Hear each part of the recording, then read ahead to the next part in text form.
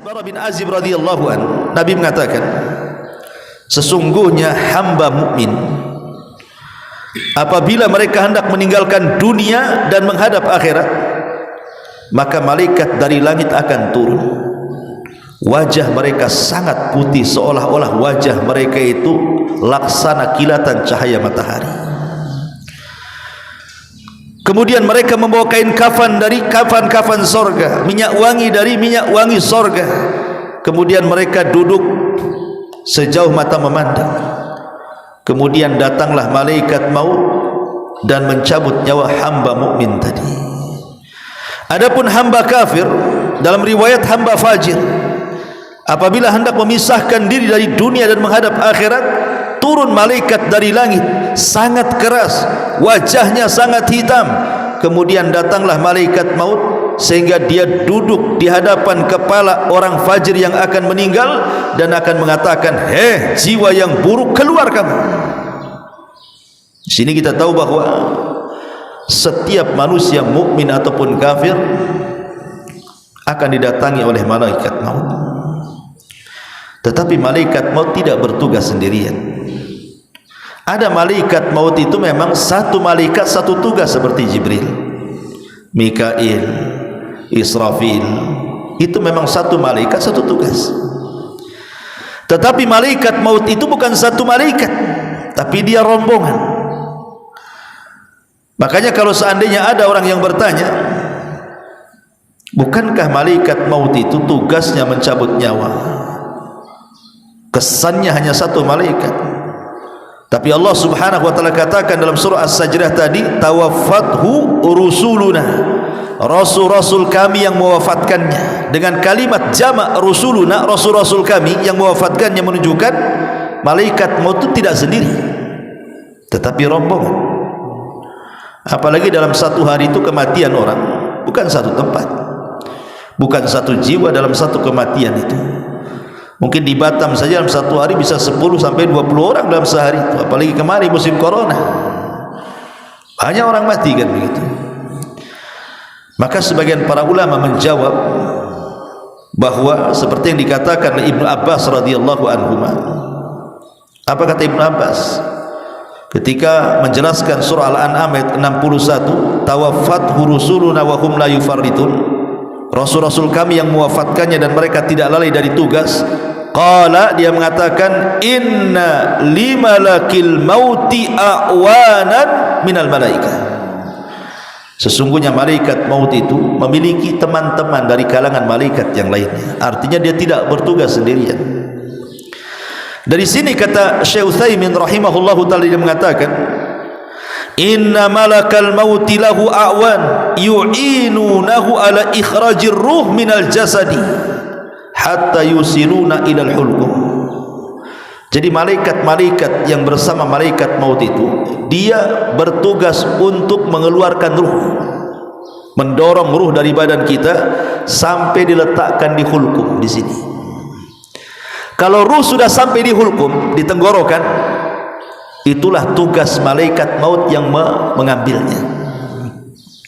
Makanya dia mengatakan, sesungguhnya malaikat maut memiliki awan, pembantu-pembantu yang menolong untuk mengeluarkan ruh dari jasad manusia, di mana tugas mereka adalah mendorong ruh itu sampai kepada hulqum. Fa idza awsaluha ilal hulqum qabadhaha malakul maut. Ketika mereka sudah berhasil membawa ruh itu sampai di tenggorokan, disitulah tugas malaikat maut mencabut nyawa lewat mulut setiap hamba, karena ruh itu keluar dari mulut. Lah ketika ruh itu keluar dari mulut, maka pandangan akan mengikutinya. Kata Rasul, idza qubidatir ruh tabi'ahul basar. Kalau ruh keluar, mata kita mengikuti. Maka setiap orang meninggal itu kebanyakan melotot, maka disunahkan untuk ditutup matanya supaya tidak menakutkan. Ma'asyiral muslimin yang dimuliakan Allah Subhanahu wa taala, tentu ketika malaikat maut mencabut ruh orang yang beriman akan berbeda dengan mencabut ruh orang kafir. Orang kafir apabila dicabut berdasarkan ayat tadi surah Al-An'am ayat 93, Alangkah dahsyatnya, kata Allah, sekiranya kamu melihat di waktu orang-orang zalim berada dalam tekanan sakaratul maut itu, sedang para malaikat memukul-mukul dengan tangannya wajah dan punggung-punggung mereka seraya mengatakan, keluarlah nyawamu wahai fulan. Di hari ini kamu dibalas dengan siksa yang sangat menghinakan, karena kamu selalu mengatakan terhadap Allah perkataan yang tidak benar, dan karena kamu selalu menyombongkan diri terhadap ayat-ayatnya. Dalam riwayat Bara bin Azib yang panjang sekali,